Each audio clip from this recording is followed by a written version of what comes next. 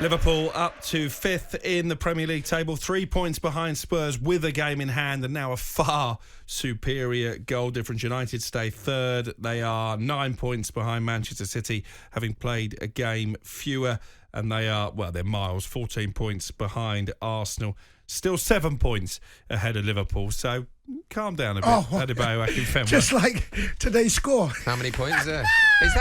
Is the score today where they spell it? They have to spell 7 because no one believes you. They think 7? 7-0. I'm fascinated to hear what Manchester United fans make of that, because it's been a good season so far. Ended the trophy drought only last weekend. How big a setback is that? It's humiliating, isn't it? It's embarrassing to lose 7 against your fierce rivals. 03 717 2233 44. Give us a call, 81089 on text, at talkSPORT. Can't wait to hear what Erik ten Hag is going to say after that. Look, Jurgen Klopp whipping up the Liverpool crowd, fist pumping in front of the Kop. I'm sure the open top bus is already on standby. Let's bring in Bobby, Liverpool fan. Bobby, you were at the game. Must have enjoyed that one. I wasn't at the game today. I shared a season ticket. It wasn't my turn to go. Can you believe that? Oh dear. Oh dear. You watch it on TV then? Yeah. I loved it.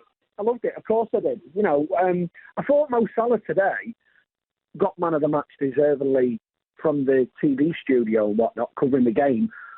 But I just thought his work rate off the ball was something else. And I'm going to say this. I've always said, when you buy a player, put them in the right positions. Gakpo on the left, Núñez down the middle.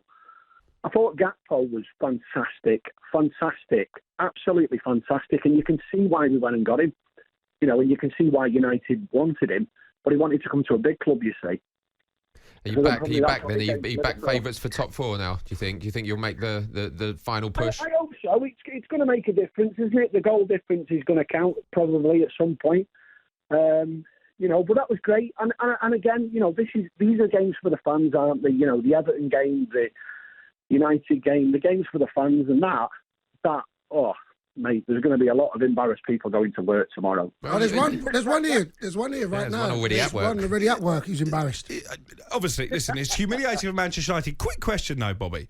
Should Liverpool players be a bit embarrassed? I mean, where's that performance been all season? Where was that performance against Real Madrid in the Champions League? I think it was a little bit. They got a little bit excited. I think I went to the Madrid game and I just felt as though they got a bit excited. They were 2-0 up, and they sort of forgot the principles, which was, you know, defend. I think Fabinho as well was in the right position today. How many touches of the ball did Fabinho have? But he did the ugly stuff. Win it, give it to someone else. Win it, give it to someone else. I've often said, when you sign a player like that, you're not wanting him to be a ball player. You just want him to smash it up, break up the play, give it to someone else. Smash it up, break it up, give it to someone else. And that's what Fabinho was doing.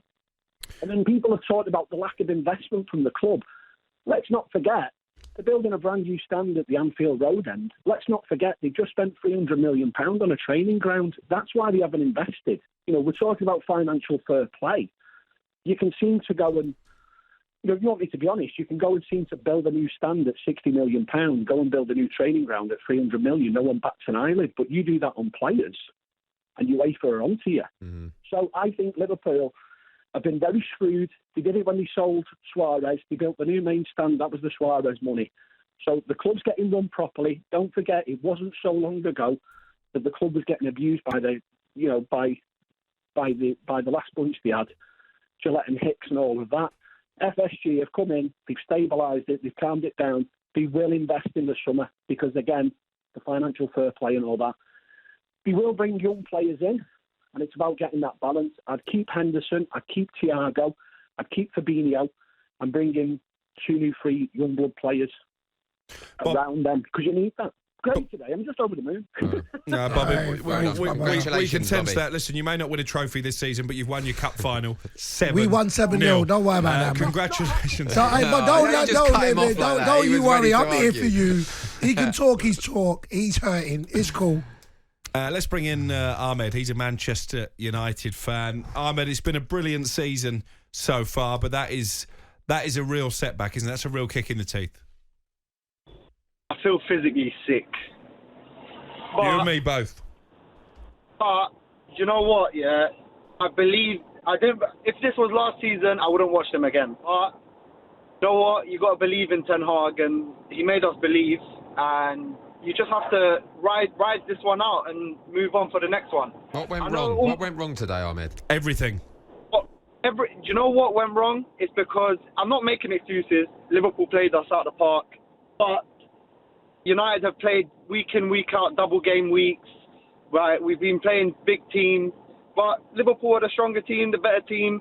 They played us. They played better, to be honest. And also, you know, like if this weren't Ten Hag, we're losing top four. We're losing everything from now on. But I feel like Ten Hag takes the whole team in tomorrow. You know, grills them, and then we move forward. So, Ahmed, yes. No, sorry to cut you. So, to be fair, it sounds like you've already answered my question. So, this performance, has that not kind of showed any weakness in Ten Hag after this performance, or That wasn't on the manager, that was on the players. So is that what you're saying? So for you, Ten Hag's got nothing to blame about this. It wasn't the manager who capitulated. Yeah, wilted in the face of adversity. That's on those players. Where was the leaders? So every time he makes decisions and it goes right, it's Ten Hag. But when they don't, he picked the team that won the cup final a week ago. I'm asking you a question because you said it was just the players. But then every time we spoke prior, every time something's gone at half time, you even asked, did he make any changes? No, he never.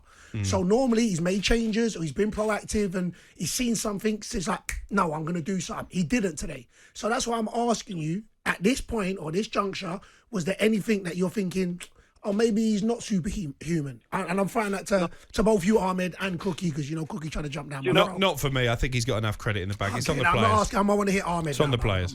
Come on. Go on, Ahmed. You know,